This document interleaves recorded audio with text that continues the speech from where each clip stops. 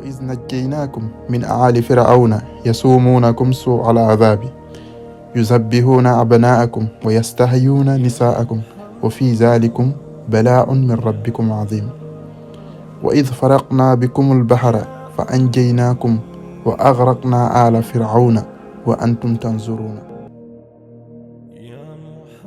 Histoire Moïse et Pharaon dans le Coran.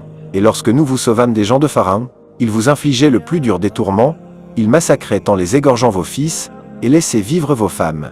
En cela, pour vous, il y avait une grande épreuve de la part de votre Seigneur. Et lorsque nous séparâmes la mer avec vous, nous vous sauvâmes ainsi et noyâmes les gens de Pharaon, alors que vous regardiez. Coran, sourate 2, verset 49-50. Et lorsque nous vous sauvâmes. Ce verset reprend l'évocation des bienfaits dont Dieu a comblé les fils d'Israël, le 107 ans, et rappelez-vous lorsque nous vous sauvâmes. At-Tabari, tous les fils d'Israël sont redevables à Dieu du secours qu'il a apporté à Moïse et à leurs ancêtres. Des gens de Pharaon, Al, sa communauté 2 fois, son peuple et ses partisans. Le mot Al a pour origine le terme al-famille, la lettre H ayant été remplacée par un A, selon At-Tabari. Pharaon, titre donné à celui qui exerçait le pouvoir en Égypte, tout comme les Romains appelaient leurs dirigeants César, les Perses Khosroès, les Abyssins Négus, les Yéménites Tuba At-Tabari, Ibn Kathir le pharaon qui persécutait ainsi les Égyptiens du temps de Moïse était Ramsès II, de la 19e dynastie. Celui qui se noya était son fils, Minepta, selon ce que rapporte le professeur Abd al-Wahhab en Hajar dans son livre Histoire des prophètes. Maklof 1, il vous infligeait. Yazumuna comme du verbe sama, infliger, imposer à quelqu'un quelque chose de difficile. Du mot saum, qui signifie aller sans restriction, ou aller en quête de quelque chose. Maklof il cherchait ainsi à vous nuire. Il vous faisait goûter supplice et humiliation. Selon Al-Bukhari, Yazumunakum veut dire Yulunakum, c'est-à-dire vous soumettait, vous infligeait fort de leur pouvoir sur vous. Al-Bukhari le plus dur des tourments. Sual.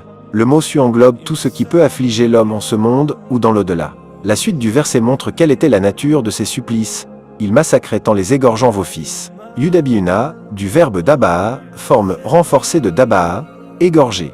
Selon Ibn Ishaq, Pharaon tourmentait les fils d'Israël, les réduisant à l'état de domestiques et d'esclaves. Il en a fait des catégories pour attribuer à chacun des travaux, les uns pour bâtir, les autres pour cultiver. Il travaillait ainsi pour lui, et celui qui n'avait pas un métier devait payer un tribut. Selon Assudi, il les contraignait aux tâches les plus viles. At-Tabari. Et laissez vivre vos femmes. Les femmes et les nouvelles-nées. At-Tabari rapporte dans son commentaire les explications qui lui sont parvenues selon Ibn Abba et d'autres exégètes. Les devins dirent à Pharaon, un nouveau-né va naître cette année qui emportera ton royaume. Pharaon dépêcha pour 1000 femmes 100 hommes, et pour 100 femmes 10 hommes, et pour 10 femmes un homme. Il déclara, observez chaque femme enceinte en ville. Quand elle aura mis au monde un nouveau-né, observez-le. Si c'est un garçon, égorgez-le, et si c'est une fille, laissez-la. Selon Assudi, les devins avaient fait leur prédiction à la suite d'un rêve qui avait troublé le sommeil de Pharaon. Il avait vu qu'un feu venant de Jérusalem, Bey al-Makdi avait touché l'ensemble des maisons d'Égypte et qu'il avait brûlé les Égyptiens Al-Kib et épargné les fils d'Israël. Les notables égyptiens s'adressèrent à Pharaon en lui faisant remarquer que si les fils d'Israël devaient complètement disparaître, les pénibles travaux qu'ils accomplissaient devraient être assumés par les Égyptiens eux-mêmes. Pharaon ordonna alors que les enfants mâles soient égorgés une année et épargnés une année. L'année où ils furent épargnés, Aaron naquit, et l'année où ils furent égorgés, Moïse naquit. At-Tabari en cela, pour vous, il y avait une grande épreuve de la part de votre Seigneur. Bala, épreuve. Selon At-Tabari, le terme doit être compris ici dans le sens du bienfait. Il y a en cela, pour vous, un immense bienfait de la part de votre Seigneur. C'est l'opinion de Moujahid. D'autres commentateurs Abu Al, Abu Malik, Assudi ont rappelé cependant à juste titre que l'homme peut être éprouvé par le bien et par le mal. Le Coran affirme en effet, nous vous éprouverons Nablukum, avec vous, Bikom, dans le sens, nous fendîmes la mer alors que vous vous y trouviez. On peut comprendre aussi, nous fendîmes la mer pour vous. Commentaire d'Al-Jalalin, Maklaf la mer. Selon toute vraisemblance, la mer rouge, appelée aussi Bar al-Kulzum. Maklaf, mais Dieu est plus savant. Nous vous sauvâmes ainsi et noyâmes les gens de Pharaon. Il a été rapporté que le jour où cet événement se produisit était le jour de Ashura, le 10 du mois d'Al-Muharram. D'après Ibn Abba, lorsque le messager de Dieu le couvre de bénédictions et de paix arriva à Médine, il observa que les Juifs jeûnaient ce jour. Il les interrogea à ce sujet.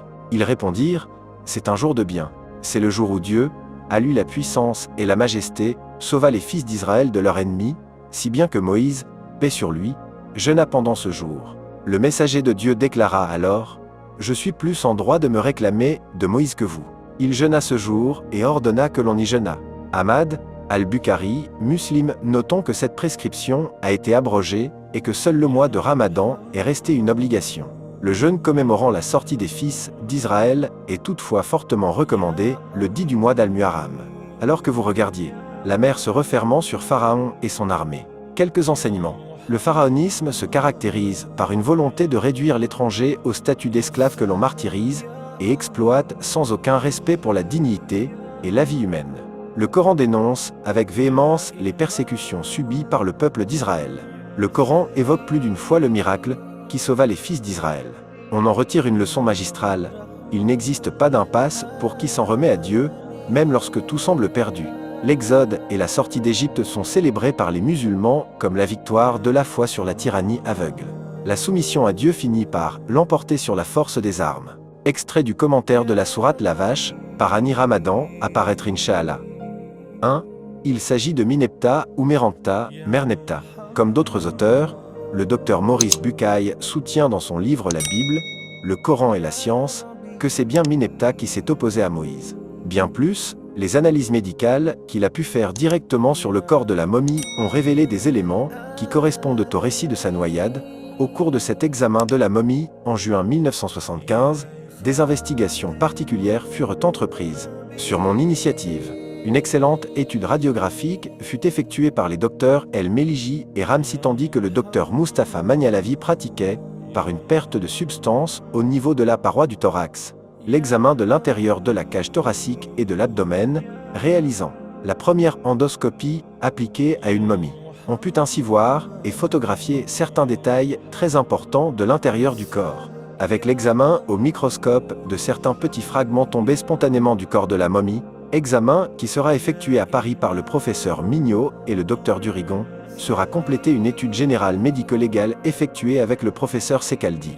Ce qui peut d'ores et déjà être retiré de cette étude est la constatation de lésions osseuses multiples avec des pertes de substances importantes, dont partie aurait pu être mortelle, sans qu'il soit encore possible d'affirmer si certaines se sont produites avant ou après la mort du pharaon.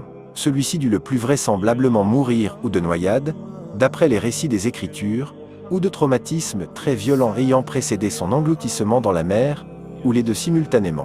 Notons que le Coran affirme que Dieu s'adressa ainsi à Pharaon après qu'il fut noyé, et nous fîmes traverser la mer aux fils d'Israël. Pharaon et ses armées les poursuivirent avec acharnement et hostilité. Puis, quand la noyade l'eut atteint, il dit, « Je crois qu'il n'y a d'autre Dieu que celui en qui ont cru les fils d'Israël, et je suis du nombre des soumis. » Dieu dit, « Maintenant, alors qu'auparavant tu as désobéi, et que tu as été du nombre des corrupteurs, nous allons aujourd'hui épargner ton corps, afin que tu deviennes un signe pour tes successeurs, pour qui viendra après toi. » Cependant beaucoup de gens ne prêtent aucune attention à nos signes. Coran 10, 90.